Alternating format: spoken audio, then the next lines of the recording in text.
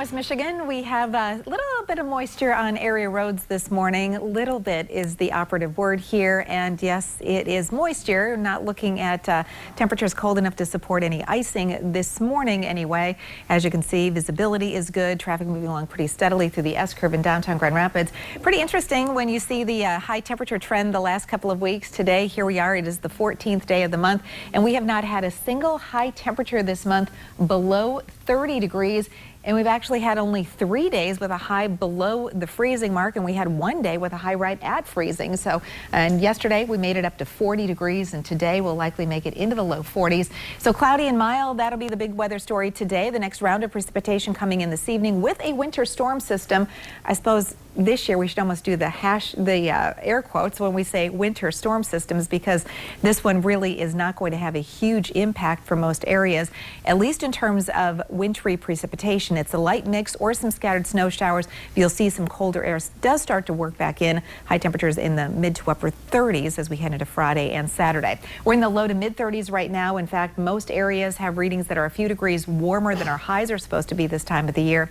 And as we look at Storm Track Live, the regional radar satellite combination, that moisture off to our east this morning. We're dry during the daylight hours today, and then that next system will be coming into play later this evening and overnight tonight. And here's a look at those forecast highs.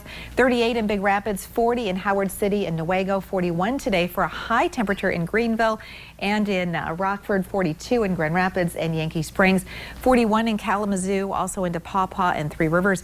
The 8-day forecast will show a return to colder temperatures settling in. In fact, high temperatures in the low to mid 30s as we head through the weekend into early next week, but really not much in the way of wintry precipitation on the horizon. And Matt Kirkwood, what a difference from a normal January weather stretch. Oh, it's about as different as it can be, and we all know our winters can range quite a bit. And I'm going to take you back to 2015. This is a picture from Steve Damstra, and this was this time back in 2015. We had a record low on this date of 13 below, and this is the pier head of Grand Haven. Notice all the beautiful ice that accumulated on there. That year, there is just under 89% total ice across the Great Lakes. The last check, we're under 2% right now, total ice coverage across Great Lakes. Not only is the ice down, so is the snow.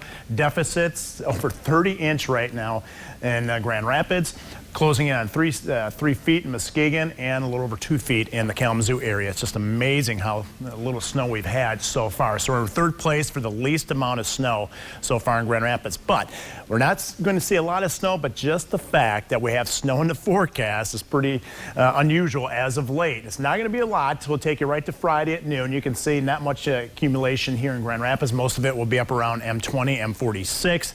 And looking at the total weekend snowfall from the various forecast models, basically ranges from 2 to about 4 inches of snow.